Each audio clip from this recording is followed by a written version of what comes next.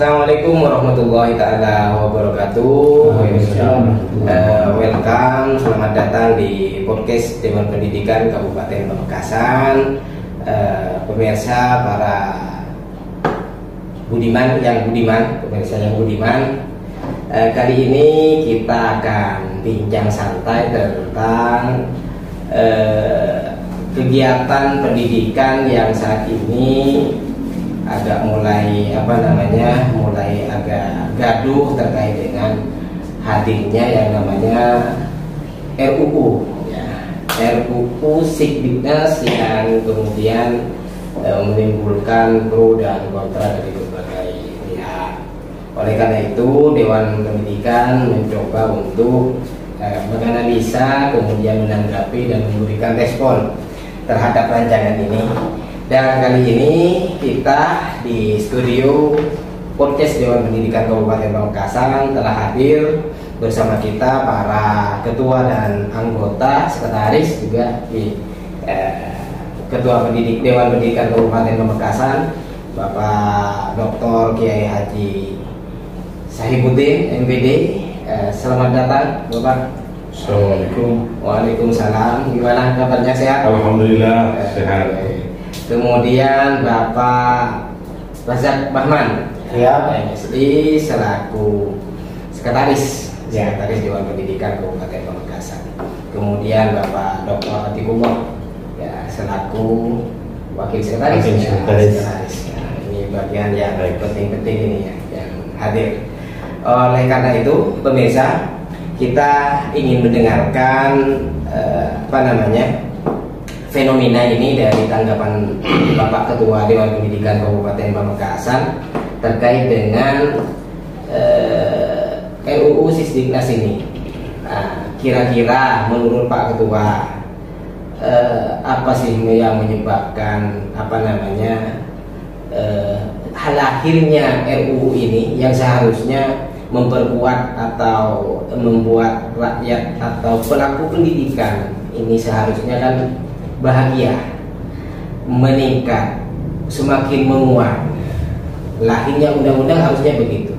Tapi pada kenyataannya sekarang kok bisa ada rancangan undang-undang yang membuat sebagian orang, bahkan sebagian pelaksana pendidikan ini, guru, stakeholder, masyarakat dan lain sebagainya ini kok semakin ada yang resah, ya, meresahkan, gelisah. Kira-kira apa sih yang tertera dalam RUU ini sehingga menyebabkan hal yang demikian? Menurut Pak Ketua gimana? Menurut saya begini,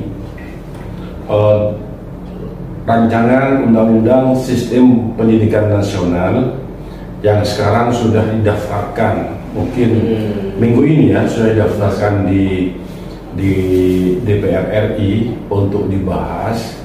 Ini rancangan itu diusulkan oleh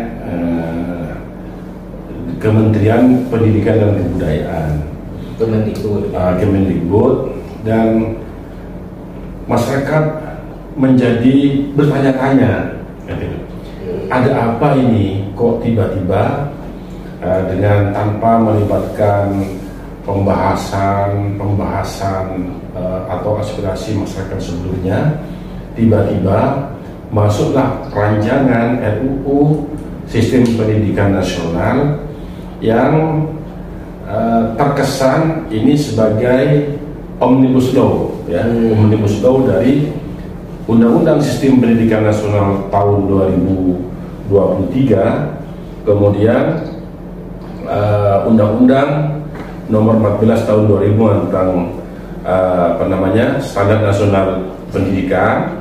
Kemudian Undang-Undang Nomor 12 tahun 2012 tentang pendidikan tinggi. Nah, 3 undang-undang ini mau digabung, dikolaborasikan menjadi satu, yang kemudian menimbulkan banyak pertanyaan dari masyarakat. Oh, ini kok tidak ada, kok tiba-tiba tidak ada. Ini kok tiba-tiba tidak ada. Misalnya, apakah ada jaminan tunjangan profesi guru itu akan dilanjutkan dengan undang-undang yang baru ini? Karena pasal-pasal itu kemudian sudah menjadi terkebiri dengan sendirinya. berdasarkan pengalaman yang ada, misalnya kami ini kan juga dosen kan, kita ini dosen. Tunjangan profesi dosen saja, bagi dosen yang sudah punya profesi, ini sudah terhutang oleh negara kan gitu ya. Nah, tidak dibayar ya? Tidak dibayar, misalnya. Tidak tepat waktu, yang, atau tidak dibayar, atau molor. Ada yang tidak tepat waktu, ada yang sampai sekarang terhutang sampai tahun kemarin tidak dibayar kan. Nah, kita akan bertanya, apakah ini motivasinya gitu ya? Apakah ini sehingga ada beberapa nomenklatur undang-undang, pasal-pasal di undang-undang yang menyebutkan nomenklatur anggaran yang kemudian menjadi disahkan oleh rancangan undang-undang yang baru ini, mengakibatkan banyak pertanyaan dari masyarakat. Guru, mereka juga bertanya, bagaimana nasib kami, gitu ya. Kemudian elemen-elemen masyarakat, katakan misalnya komite sekolah, kemudian dewan pendidikan, kemudian hak koreksi masyarakat terhadap pelaksanaan mekanisme pendidikan yang semangat dari sistem pendidikan nasional 2023 itu ada semangat demokrasi pendidikan, artinya pendidikan dari, oleh, dan untuk masyarakat. Ini dalam kesan yang kita baca di RUU yang masuk sekarang ini, terkesan ini mulai ada perubahan. Misalnya tunjangan profesi guru, apakah nasibnya sampai di sini? Nah, kemudian tunjangan termasuk dosen ya, guru dan dosen. Bagaimana hak kontrol masyarakat terhadap pendidikan? Ini juga dipertanyakan karena di nomenklatur, di pasal-pasal, di batang tubuhnya ini sudah tidak ada. Nah, tidak muncul. Baru muncul kemudian dengan penjelasan di penjelasan umum, hanya memperjelas yang menurut kami tidak sesuai dengan pasal yang dijelaskan. Kami sedikit banyak juga sudah membaca. Nah, masyarakat sekarang ini bertanya, mau diapakan pendidikan ke depan ini? Apakah merdeka belajar itu seperti yang itu? Ada juga wacana, sekarang mau diperluas karena persoalan wajib belajar. Apakah dulu tidak ada wajib belajar? Nah, sekarang hanya main kata-kata saja lah, misalnya main rasional, misalnya ada wajib belajar 9 tahun. Sekarang dirubah menjadi wajib belajar 10 tahun. What different? Kan apa sih bedanya gitu? Itu tidak sesuatu yang tidak penting sebenarnya, yang tidak esensial, hanya menjadi penyebab mau masuk ke aspek lain. Nah, ketika masyarakat pendidikan bertanya tentang ini, maka menurut saya wajar. Karena pertama tergesa-gesa, gitu ya. Yang kedua tidak melibatkan masyarakat secara keseluruhan. Karena saya dulu ingat ya undang-undang pesantren, undang-undang 18 2019 sebelum disahkan menjadi undang-undang pesantren, mereka ini melalui anggota DPRD, ini sampai ke DPRD Kabupaten, penyusunannya mengundang masyarakat, mengundang tokoh-tokoh masyarakat, itu dilibatkan. Nah, nuansanya beda dengan RUU yang yang sekarang ini. Tiba-tiba dia keluar dari bungkus dan bungkusnya itu masuk ke, dan karena sudah menjadi program prioritas legislatif 2022, dan ini sepertinya harus ada limit waktu selesai di 2022. Ini tidak mendidik. Jadi panjang undang-undang yang pendidikan yang justru bukan didik. Nah, ini yang perlu kita cermati. Jadi sekarang ini elemen-elemen perguruan tinggi, masyarakat, guru, ini sekarang sudah mulai memelototi ini ada apa ini? Ada apa kok tiba-tiba ada RUU Sistem Pendidikan Nasional yang sudah masuk program prioritas 2022 selesai. Padahal penyusunannya masih belum melibatkan banyak pihak, betul. Gitu. Kalau Pak Rasef gimana? Baik, terima kasih. Saya ingin mengkaji terlebih dahulu tentang latar belakang pembentukan rencana undang-undang sistem pendidikan nasional yang sudah masuk di kajian DPR sekarang. Sebenarnya begini, kalau saya mengkaji tentang undang-undang sebelumnya, ya Undang-Undang Nomor 20 Tahun 2003 tentang Sistem Pendidikan Nasional itu terjadi, dan ini juga menjadi kunci sebenarnya. Ya. Kemudian lahirlah kejelasan daripada undang-undang ini, lahir Undang-Undang Nomor 14 Tahun 2005 tentang guru dan dosen. Di sini jelas guru dan dosen perannya apa dan segala hal dari kebijakan jelas. Ya. Kemudian di Undang-Undang Nomor 12 tahun 2012 ini tentang pendidikan tinggi. Saya pikir alur ini ya, jadi sistem yang sudah ingin dirubah itu sebenarnya masing-masing undang-undang ini sudah ada kejelasan betul ya, yang bisa dipahami oleh bagaimana tentang sistem pendidikan nasional, bagaimana tentang guru dan dosen, bagaimana tentang pendidikan tinggi. Kemudian kalau kita mengkaji tentang latar belakang yang ada di rencana undang-undang ini, yang pertama saya ingin mengkaji dari proses pembentukan dengan tidak melibatkan berbagai pihak yang berkecimpung dalam dunia pendidikan. Dari sisi proses dulu. Jadi artinya tidak semena-mena itu masuk ke DPR tanpa melalui berbagai masukan terlebih dahulu. Nah, ini mestinya proses untuk menjadi rencana undang-undang, ada proses masukan-masukan. Berarti sebelum dirancangkan kepada DPR, dirancang undang-undang itu harus sudah melalui mekanisme ya, keterlibatan masyarakat, keterlibatan pelaksana pendidikan, stakeholder pendidikan dan pengelola. Berarti selama ini langsung hanya kementerian gitu ya. Langsung. Jadi itu dari sisi proses ya, proses bagaimana membuat rencana undang-undang. Kemudian yang kedua dari sisi isi, di pasal 1 kalau di sistem pendidikan nasional, contoh misalnya tentang peran masyarakat, tentang Dewan Pendidikan itu di pasal 1 ayat 24 tercantum muncul ya. Kemudian di pasal 1 ayat 25 itu tentang komunitas sekolah muncul lagi. Sehingga dari munculnya Dewan Pendidikan sebagai wakil daripada masyarakat, termasuk juga komunitas sekolah, ini kan mewadahi keluhan masyarakat, kritik masyarakat. Sementara di rencana ini justru Dewan Pendidikan dan komunitas sekolah tidak masuk.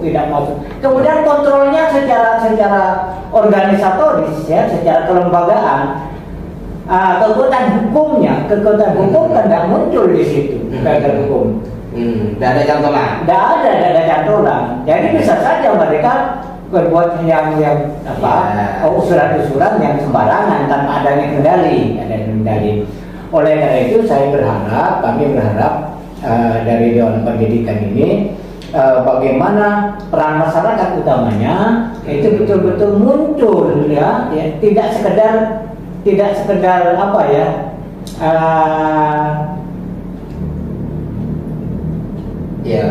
langsung ada. Iya. Jadi menurut saya bagaimana Dewan Pendidikan Kabupaten Pamekasan ini mengusulkan sebagai keluhan ya, keluhan kelembagaan Dewan Pendidikan, keluhan kelembagaan komite sekolah. Ini dari sisi isi. Kalau sudah dalam pendidikan dan komite sekolah tidak masuk di pasal 1 sebagaimana sistem pendidikan nasional nomor 20 tahun 2003, mau kemana? Siapa yang akan mewadahi? Kontrolnya tidak ada. Iya. Jadi kontrolnya saya pikir karena tidak ada gantungan di rencana undang-undang ini, saya pikir tidak ada kekuatan.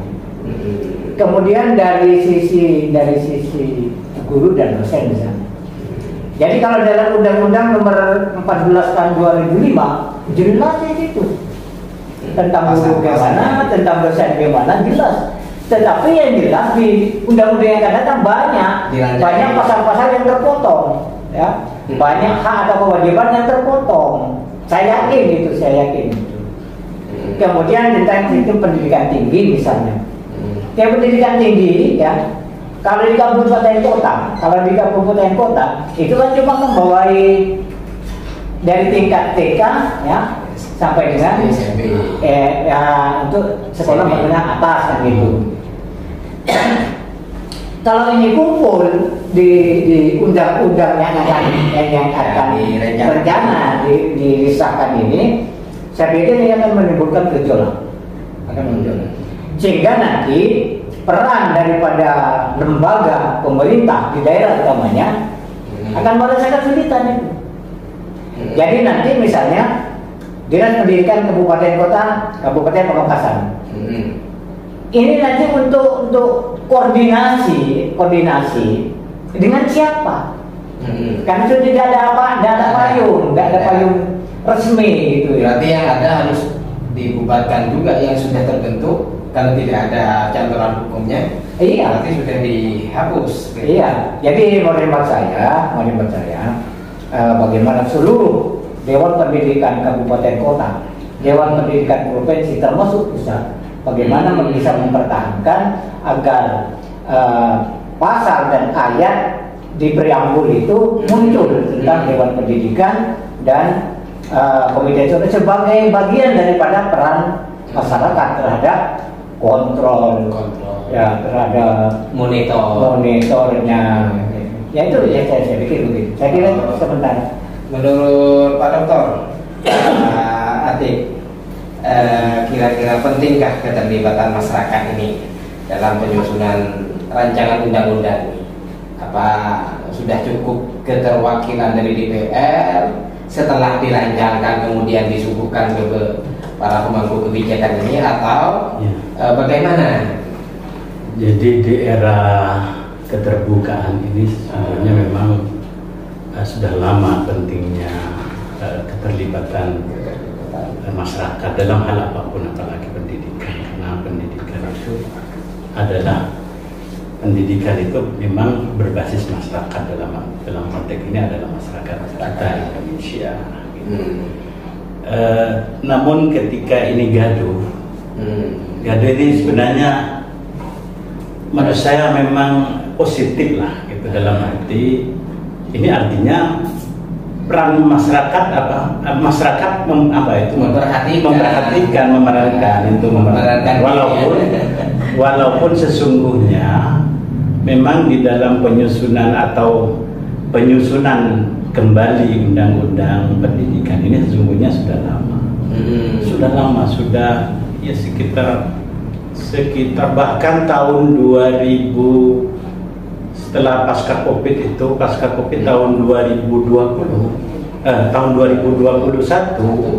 itu sesungguhnya waktu itu sudah akan dibahas menjadi sebuah undang-undang yang jadi satu kesatuan itu yang utuh atau istilahnya omnibus itu, karena memang itu sesungguhnya sudah lama, cuma memang mungkin sosialisasinya saja kepada masyarakat yang agak terputus, terutama di daerah-daerah. Bahkan waktu itu yang menjadi kepelototan kami, terutama masyarakat Jawa Timur, masyarakat Jawa Timur, masyarakat Madura terutama, itu kan ini kan kekhawatiran. Ada beberapa kekhawatiran sebagaimana disampaikan tadi. Satu, tidak akan ada keterlibatan masyarakat. Satu itu yang dikhawatirkan. Yang kedua kemudian terkait dengan tunjangan profesi guru dan dosen, itu yang dikhawatirkan, termasuk keterlibatan dalam hal ini kita sebagai anggota Dewan Pendidikan. Ada satu sesungguhnya yang dikhawatirkan itu, yaitu pendidikan keagamaan nanti itu dikhawatirkan tidak muncul di undang-undang, di draft undang-undang itu tidak muncul, nama madrasah itu tidak akan muncul. Karena karena yang muncul itu nanti itu pendidikan formal, non formal, informal. Yang namanya madrasah itu nanti karena sudah include di itu pendidikan ya tingkat satuan pendidikannya. Selama ini kan memang kita ada tingkat satuan pendidikan, ada prasekolah, kemudian dasar, menengah pertama, kemudian menengah atas atau SMK atau aliyah. Kalau di kalangan kita madrasah lah. Kalau nama-nama ini tidak muncul, terutama madrasah, wong sudah muncul tak kadang tidak terperhatikan, apalagi tidak muncul kekhawatiran. Nah, artinya beberapa kekhawatiran inilah sesungguhnya yang perlu kita perhatikan. Saya yakin gini, memang tadi Pak Ketua menyampaikan khawatirnya itu nanti justru yang membahas tentang pendidikan ini adalah orang yang tidak paham pendidikan. Karena di DPR itu, jadi kan ini proses politik ya. Jadi ketika undang-undang ini dibahas di parlemen itu namanya proses politik. Jadi proses politik. Bagaimana itu menjadi satu kebijakan itu memang harus proses politik melalui parlemen. Gitu. Tentu harapannya adalah komisi-komisi yang memang di bidang pendidikan yang harusnya memang sejak ini mungkin cuma hanya keterputusan saja. Sekarang ini masifnya masyarakat yang seperti ini penting. Sebagaimana tadi dikatakan itu, baik itu menyangkut nasib madrasah ini, yang kemudian apalagi kalau di Madura, Jawa Timur, Jawa ini pendidikan madrasahnya lebih banyak daripada sekolah gitu. Walaupun kan pada hakikatnya madrasah dan sekolah kita sama itu. Karena saya masih yakin ini memang perlu terus dikawal oleh kita ya. Takut kekhawatiran ini justru akan nanti terabaikan kalau kemudian kita tidak melakukan suatu pressure atau publik mengetahui ini. Jangan kemudian itu nanti. Karena harapannya nanti setelah itu, karena kalau sudah menjadi omnibus law itu ya, kan itu menjadi satu kesatuan. Itu undang-undangnya nanti setebal apa kan gitu, kan itu. Nah, sudah kan di dalam undang Sisdiknas pun itu ada apa itu keterangan tambahan, dan itu kadang tidak masuk dia itu. Jadi itu ada di buku lain itu, ada di penjelasan lain. Dan saya yakin pasti ada penjelasan begitu. Dan termasuk umpama terutama ini kekhawatiran kita. Saya dosen, Pak Ketua dosen, kita semuanya dosen, pendidik lah gitu. Itu kita sudah selama ini mendapatkan tunjangan yang kemudian itu sesungguhnya memang kesejahteraan itu memang sebanding dari perjuangan atau tugas-tugas yang selama ini. Tugas selama ini yang itu tentu yang tidak boleh harus dihapuskan, terutama ini guru-guru kita, guru-guru swasta terutama, karena nasibnya guru swasta itu nafasnya ruhnya itu ya sertifikasi, tunjangan sertifikasi itu, karena itu yang bisa mensepadankan dengan guru pegawai negeri yang PNS. Nah inilah jadi pertemuan perbincangan seperti ini memang selayaknya. Bahkan hari ini saya tidak tahu. Hari ini saya mendengar himbau di seluruh Indonesia melakukan aksi untuk menyampaikan aspirasi. Tapi kayaknya lebih terkait dengan itu tunjangan kayaknya itu. Tapi saya pikir ini pasti masifnya dari sosialisasi. Karena itu bagaimana perguruan tinggi, sekolah-sekolah, masyarakat terutama masyarakat pendidikan ini sudah harus saatnya sekarang mengenai keterlibatan masyarakat. Saya pikir termasuk Dewan Pendidikan dan lembaga-lembaga lain yang peduli memang harus diatur lah. Semua orang kayaknya peduli gitu kan. Tapi kan tapi kan ada kapasitas masing-masing, kapasitas DPR-nya kapasitas. Tapi kita juga punya kapasitas. Lah artinya persoalan-persoalan yang berkait dengan mohon maaf ya tunjangan itu mungkin itulah yang kemudian menjadi kekhawatirannya sehingga kemudian, dan ini penting kekhawatiran artinya masyarakat peduli, kita peduli, masyarakat lain peduli dengan kita ini atas nama masyarakat gitu. Oleh karena itu apa yang kita sampaikan adalah memang sebagai kebutuhan masyarakat. Oleh karena itu memang kalau kemudian ada petisi penolakan dari berbagai belah pihak, saya pikir penolakan itu menjadi keberhati-hatian di parlemen nanti ketika ini dibahas. Karena ini ketergesa-gesaan mama ini pasti Ya. itu artinya khawatir jangan-jangan ini memang ada kepentingan politik praktis gitu ya dari pihak-pihak. Dan ini kan ketika menyangkut orang banyak seperti ini pasti, apalagi pendidikan saya pikir Indonesia kita itu harus menjadi prioritas. Atau memang begini Pak, artinya pasal-pasal rancangan rancangan undang-undang yang direncanakan ini memang sudah lama dibentuk, kemudian karena ada keterbatasan waktu karena pandemi COVID, kemudian langsung begitu kalau positifnya tapi pada kenyataannya kan jadi memang kan musiman kita ya.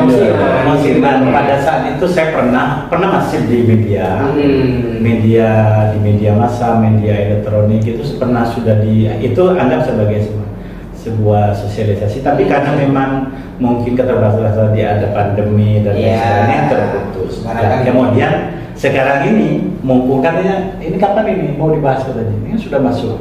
Nah ini yang harus dikawal. Ketika sudah masuk, harapannya adalah di parlemen itu para wakil rakyat kita itu artinya adalah bagaimana tetap berpihak pada kepentingan kesejahteraan, kecerdasan masyarakat, dan kemudian yang memihak tentu hal-hal yang memboroskan pendidikan kita itu kita setuju untuk kemudian kita rampingkan gitu.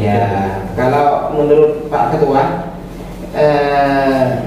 yang menjadi gaduh intinya kan hanya sertifikasi. Nah kira-kira materi apa saja yang pemahaman Pak Ketua ini berubah dari yang sebelumnya? Poin-poinnya apa kira-kira? Barangkali nanti bisa masyarakat atau pemirsa ini bisa mendengar. Oh ternyata perubahannya di titik ini umpamanya. Gimana? Menurut saya sementara yang sempat saya dengar atau saya baca sekilas yang berkaitan dengan profesi guru profesi guru ini menjadi perhatian publik karena guru ini berapa ratus ribu se-Indonesia jutaan Nah ini mereka juga menjadi digantung nasibnya oleh RUU yang akan dibahas oleh legislator. Ini yang dimaksud profesi, tunjangan profesinya dan aktivitas yang selama ini sudah dilakukan oleh para guru Nah kemudian yang kedua yang dibahas oleh Pak Atik itu tadi, posisi lembaga pendidikan keagamaan di mana? Karena itu hanya dibahas disentil saja. Dan itu rupanya masuk di penjelasan umum. Keagamaan yang dimaksud adalah seperti madrasah, seperti ini. Nah itu definitif, normatif lah, tidak begitu masuk di pembahasan di batang tubuh rancangan undang-undang itu. Termasuk bagaimana daya kontrol masyarakat. Memang ada beberapa siaran pers dari pihak dirjennya bahwa nanti akan lebih sejahtera, guru akan lebih sejahtera. Dan di mana polisi lebih sejahtera itu? Itu kan dipertanyakan di nomenklatur seperti Pak yang disampaikan memang sudah dihapus. Kok ada apa namanya? Nanti nasib guru akan lebih bahagia. Jalurnya lewat mana gitu ya? Jalurnya lewat mana? Itu maksudnya lewat mana? Dan itu ya menurut saya, kenapa sih sekarang ini kan kita sudah pengalaman 3 tahun terakhir 2 tahun terakhir ini dengan COVID. Itu ada Zoom meeting. Kenapa tidak melakukan ini dengan melibatkan semua stakeholder masyarakat? Itu mudah sekali kok. Dari Jakarta yang mimpin, kita yang di pojok desa bisa mengikuti untuk menyampaikan aspirasi. Tidak butuh dana besar. Nah sekarang ketika masyarakat sudah ramai, baru buka link buka link aspirasi. Sudah masuk di meja. Nah, barangkali bisa dikembalikan. Mestinya saya menyarankan begini. Mungkin masih ada waktu saya menyarankan begini. Kenapa sih terburu-buru? Kenapa harus deadline 2022? Kenapa harus seperti itu? Kenapa tidak lebih baik kita ditunda dulu pembahasan RUU Sistem Pendidikan Nasional ini, minimal masyarakat sudah lebih siap dan lebih mengerti tentang apa yang dibutuhkan oleh mereka tentang pendidikan. Karena pendidikan itu sebenarnya arah dari Undang-Undang Sistem Pendidikan Nasional 2023 itu sudah cukup baik. Tinggal turun-turunnya itu saja yang perlu diperkuat. Sebenarnya bukan malah merubah lagi kemudian kita bangun lagi gitu. Itu 2003 kayak kurikulum 2013 itu sudah bagus, tapi kemudian sekarang sudah dirubah kemasannya lagi. Kurikulum merdeka. Iya, kurikulum merdeka. Kemudian ada lagi, ya kayaknya ini ada kiblat yang tidak diketahui. Ini kemana kiblat pendidikan kita? Kalau sampai ketahui bahwa kiblat pendidikan itu adalah kiblat yang tidak mesti diikuti oleh kiblat pendidikan Indonesia yang Pancasila dan Pancasila ini, itu nanti akan ramai lagi. Akan ramai lagi. Ini kami menyarankan supaya pembahasan RUU Sistem Pendidikan Nasional ini jangan tergesa-gesa, karena apapun yang tergesa-gesa pasti hasilnya kurang maksimal. Kemudian sudah saya tadi sampaikan, ini sistem pendidikan nasional, maksudnya prosesnya harus mendidik. Dan namanya sistem pendidikan harus mendidik kan prosesnya. Ini kurang mendidik ini masih. Karena dulu. Ya, karena bisa-bisa. Berarti saya tuh bagian pekerjaan saya tapi supaya apa? Supaya pendidikan kita ke depan itu semakin baik. Dan mendidik anak itu tidak semata-mata kan, itu banyak proses lain yang masuk, butuh waktu gitu. Itu dari saya. Ya. Terima kasih. Pak Alasan, harapannya kira-kira terkait dengan rancangan ini? Jadi begini, saya menggarisbawahi apa yang disampaikan oleh Ketua Dewan Pendidikan dan Adik. Sebenarnya kalau ingin rencana undang-undang sistem pendidikan nasional itu bagus, mestinya harus ada sosialisasi dulu. Paling tidak sosialisasi ini 1 tahun sebelum dimasukkan ke DPR. Sosialisasi dulu, sehingga dari sosialisasi tidak akan menemukan di mana kekurangan, di mana kelebihan. Ini yang pertama. Kemudian yang kedua, kalau dikatakan usul perbaikan ini akan menyatukan sistem pendidikan nasional, kemudian Undang-Undang Nomor 14 dan Undang-Undang Nomor 12 ingin dijadikan satu. Tetapi saya sedikit membaca tentang wajib belajar. Justru di wajib belajar itu cuma ada 2. Satu terputus. Yang pertama, wajib belajar 10 tahun. Dari 9 berubah jadi 10. Ya. Kemudian yang kedua, wajib belajar 10 sampai 12 tahun. Sekarang wajib belajar pendidikan tingginya kemana? Ini di draft ini justru kalau ingin mencakup semuanya, paling tidak 3-3-nya masuk. Ini saya baca di wajib belajar, Pak. Ya, di wajib belajar cuma ada 2 kategori. Ya, jadi cuma 10 tahun, kemudian 10-12. Pendidikan tingginya kemana? Kalau nanti itu belum wajib berarti masih sunnah kalau begitu. Iya. Pendidikan tinggi masih artinya kan begini. Kalau di situ ada wajib, ya, mestinya paling tidak juga itu ada kewajiban di situ untuk menggugah bagaimana peningkatan pendidikan warga negara ini makin meningkat. Ya, begitu. Kemudian yang kedua, di perencanaan pendanaan pemerintah dan masyarakat. Justru di sini menurut saya sedikit lemah. Yang saya bacakan kan, memperjelas pendanaan pemerintah dan masyarakat. Satuan pendidikan negeri tidak memungut biaya, namun masyarakat dapat berkontribusi. Nah, kontrolnya kontribusi untuk mendapatkan ini siapa nanti kontrolnya? Ya, kalau secara kelembagaan, kalau ada lembaga yang menangani itu, katakan Dewan Pendidikan, katakan ada komite sekolah, ada kontrol di situ. Justru di sini tidak ada. Tidak ada. Berarti masyarakat berkontribusi langsung. Tapi itu juga akan mengundang persoalan baru tentang bagaimana tata cara mendapatkan bantuan itu. Tapi kalau ada lembaga seperti misalnya Dewan Pendidikan, ada kontrol kan di situ sesuai dengan 4 fungsi Dewan Pendidikan itu. Jadi sebenarnya banyak kelemahan-kelemahan kalau kita ingin mengkaji secara mendalam. Karena itu menurut hemat saya apa yang sudah disampaikan oleh ketua, oleh Pak Nanti, kemudian dengan saya itu diramu nanti sehingga menjadi usulan. Jadi tidak sekedar apa ya? Rekomendasi dari apa namanya? Dewan Pendidikan kemudian kekerasan dia harus apa namanya? Ya bersurat. Ya. Jadi paling tidak ada sosialisasi saya katakan pertama. Jadi untuk menggabungkan Undang-Undang Nomor 20 Tahun 2003, Undang-Undang Nomor 14 Tahun 2005, Undang-Undang Nomor 12 Tahun 2012. Nah, ini kan mestinya paling tidak sosialisasi itu baik dari tingkat dasar, sosialisasi di tingkat menengah, sosialisasi di tingkat atas pendidikan tinggi, kemudian sosialisasi di lembaga-lembaga pendidikan, termasuk juga apa di pesantren, ya, di Kemenak kan gitu ya. Jadi ini saya pikir asal-asalan mereka saja. Ya.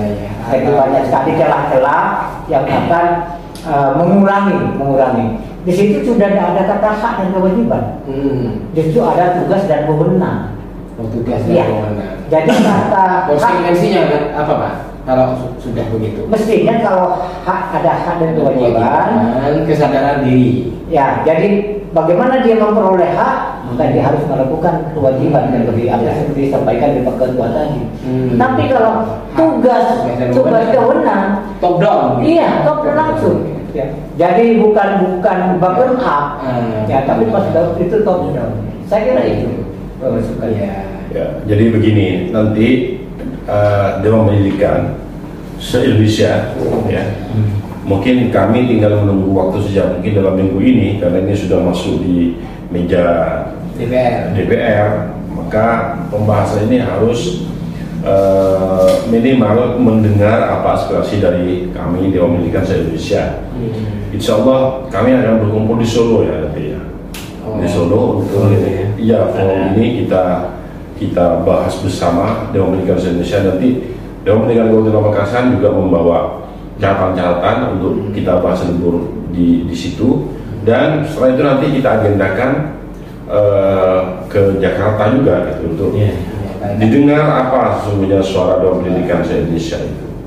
Nah, ini penting juga, dan menambahkan dari apa yang disampaikan Pak Kasep tadi itu, ya termasuk di rancangan ini, kalau memang wajib belajar, ya wajib, itu ada konsekuensi. Coba kita lihat di sanksinya, enggak.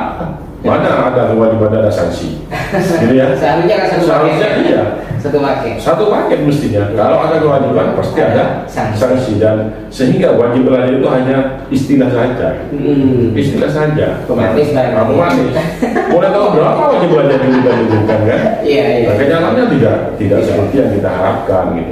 Karena itu jangan keburu menetapkan sebuah istilah, tapi dari pihak pemerintah, dari pihak kita juga tidak mampu melakukan. Nah, itu lebih baik tidak diatur gitu ya. Nah, sehingga cenderung pelanggaran, ya. Pelanggaran yang namanya wajib belajar 9 tahun, wajib belajar berapa tahun saja. Kalau tidak diikuti oleh semua pihak, maka undang-undang itu tumpul juga. Karena memang ya ini memang ketika di dalam membuat undang-undang ini menjadi polemik dan karena memang ada pihak-pihak yang menginginkan undang-undang ini termasuk ini apa itu namanya biaya pendidikan betul ini mengikat. Kemudian yang saya lihat, barang siapa yang mempergunakan ijazah tidak sesuai dengan prosedur, maka dikenakan sanksi 1 miliar. Ini kok ijazah gitu? Mana yang wajib belajarnya kan gitu? Tidak ada itu. Tidak ada. Nah, orang tua yang memiliki anak pada kategori wajib belajar 9 tahun itu mesti wajib gitu. Kenyataannya masih banyak kan yang terlantar. Iya. Dan tidak ada sanksi. Tidak ada sanksi bagi pemerintah. Jadi Pak Ketua kan mau ke Bandung. Insya Allah. Nanti kita sebagai aspirator yang kemudian bisa memberikan masukan di Bandung, tentu kita bisa mendapatkan keuntungan di kesempatan. Tidak hanya kita tapi juga stakeholder bisa melalui kegiatan show sudah bisa dimanfaatkan apa sih sebenarnya. Ya kan ini kan semua praktisi pendidikan pasti dipegang. Ini disebar sudah. Ada yang perlu banyak apa itu namanya hal-hal yang menguatkan, apakah itu penundaan atau kehati-hatian di dalam penyusunan kampanye, penetapan dan sebagainya, itu perlu mendapatkan kawan. Itu. Ya, kita berdoa saja mudah-mudahan Presiden kita Pak Jokowi itu happy ending. Tidak suka ya. Tolonglah. Sistem pendidikan nasional itu betul-betul hanya Pak Jokowi itu. Makanya termasuk Dewan Pendidikan apa ditekan di Solo, karena di Solo itu adalah tempatnya Pak Jokowi surat apa kan. Biar sekali dengar oleh istana gitu. Begini Pak, aspirasi kami seperti ini. Iya, berarti tidak melalui menteri langsung ke Pak. Baik, itulah pemirsa bincang santai kita, mudah-mudahan melahirkan sebuah konklusi yang baik bagi dunia pendidikan kita. Mudah-mudahan kita dapat memberikan kontribusi juga yang positif bagi perkembangan dunia pendidikan.